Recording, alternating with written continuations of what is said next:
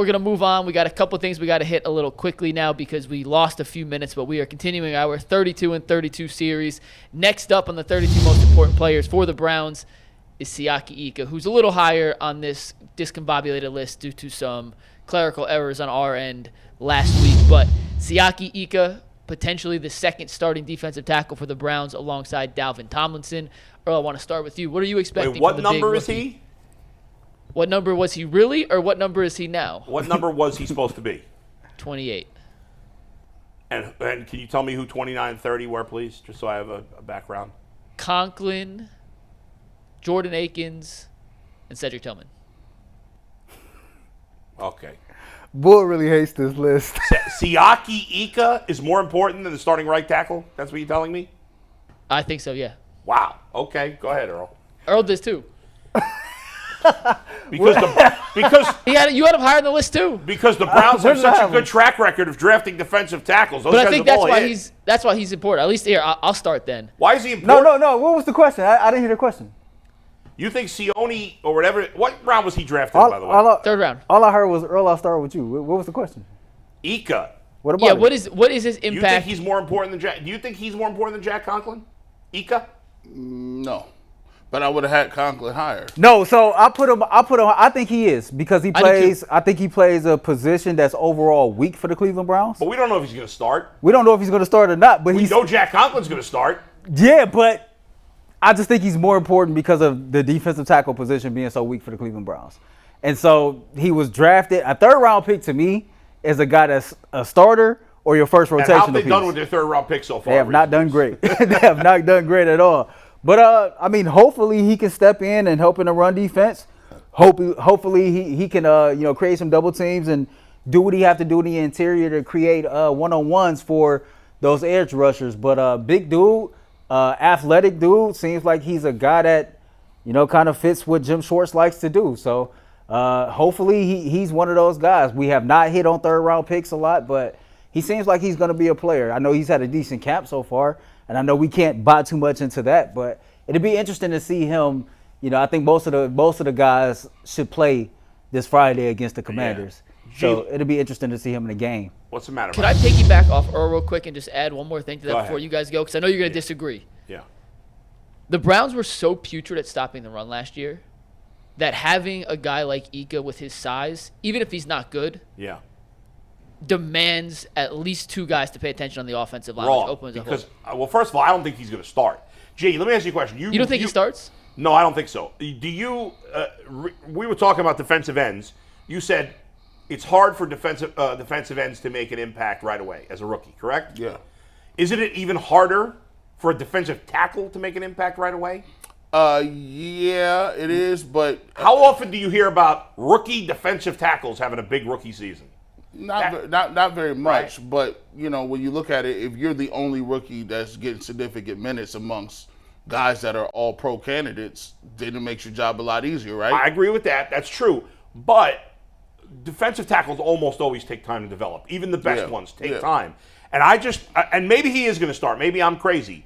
But I would think that the two veterans they brought in, whose, of course, names are escaping me right now, to get the guy Tristan Hill, who's already hurt. The guy from the Niners has been hurt the last 2 years. Mo Hurst. Like, that guy, his first 2 years in the league was actually really good. Yeah. He was actually pretty good as a rookie.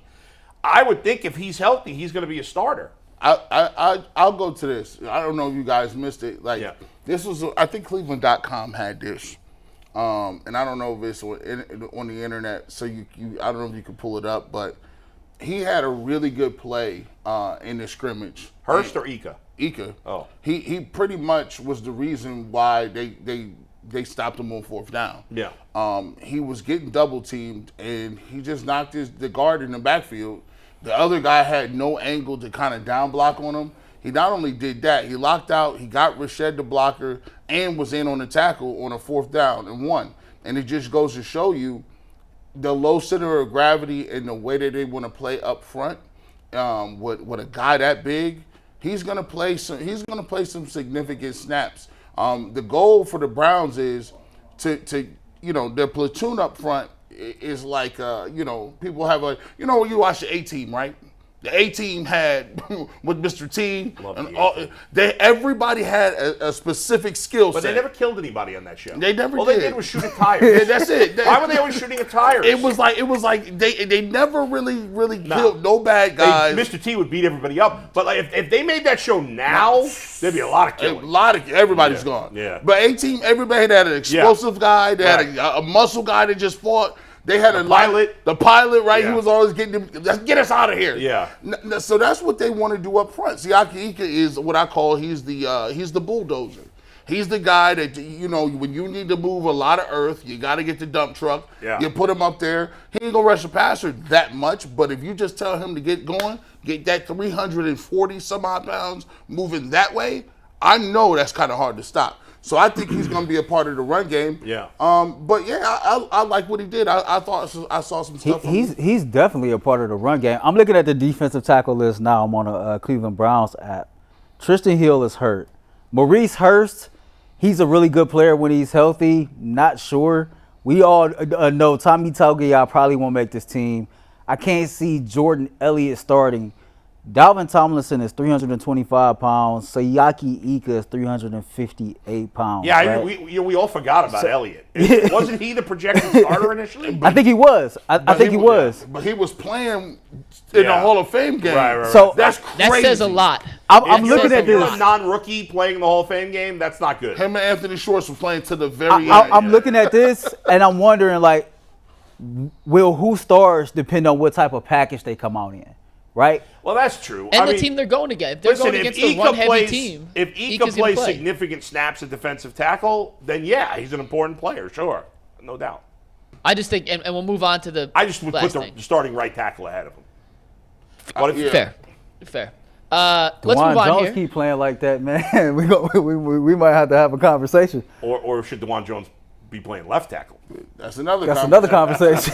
Let's see him do it for more than Because one if game against if Jack the- Conklin's healthy, I think he's better than He is. Jedrick Wills. I agree. Now, Look at us agreeing. Look at us agreeing. The other day, Mary Kay came out and said that Bill Callahan was giving Jed Wills some praise. I think what he was doing is he was saving his mental aspect. Like, because you got to think about it. Their natural perception is we're hard on Jed Wills. Yeah. And so Bill Callahan has to build him up a little more because when you got to do like oh boy, DeJuan Jones is caving down the whole side of the line. Yeah. Like this, I mean, you can't teach size and strength and footwork. So now he has to kind of be like, all right, let's pump our brakes. We don't want to pump the wind up too crazy. Right. Jed is making some steps. But I got a question. play left or right tackle in college? right. He played right. I got a question. So maybe he can't play left. Because I don't think he's a left tackle. He exceeded everybody's expectations of his play, right? And I know we can't take too much out of preseason, but let's say the game against Philadelphia, if he plays a significant amount of time, and a game this week against the Commanders, who's probably going to play some of their starters in the first quarter, who has a damn good defensive line. Right. If he can hold his own and he played the way that he played in the Hall of Fame game, do you think that we changed how we look at him playing this year? Because remember when he was first drafted, a lot of us were saying he'll probably ride the bench a lot, probably won't see significant time. But if he continues to play like he played in the Hall of Fame game, does that change the narrative? I mean, I think in the end, if Jack Conklin's healthy, they just sign him to extension. He's going to play. He's gonna play. It does, and it feels like he's, they've committed, I think, to Jedrick Wills as their left tackle. So they're not going to make that change. So it's not like other positions where you're going to rotate guys in. He will. It's not a bad thing to have him, that you feel confident about him on the bench. Hey, when we go big though, when we go heavy, he'll come in, goal line, 4th and inches. We go heavy. Why was he drafted so late?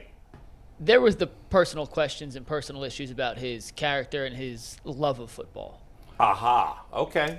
Because he left the Senior Bowl early, like he just did the pass rush drills, and said I'm not gonna play in the game, because he felt like he showed what he can do in the individual and didn't really want to get hurt. To me, I think there's just a lot. There's a lot of. That's why the NFL is good and everybody has parity, because a lot of people miss on a lot of people. Like there's a lot of misses, and like we just never seem to get our fair share of misses. That came was like, well, we didn't think that guy was good. Now he is. Oh, this is great. Maybe him and Whippler will both end up being players.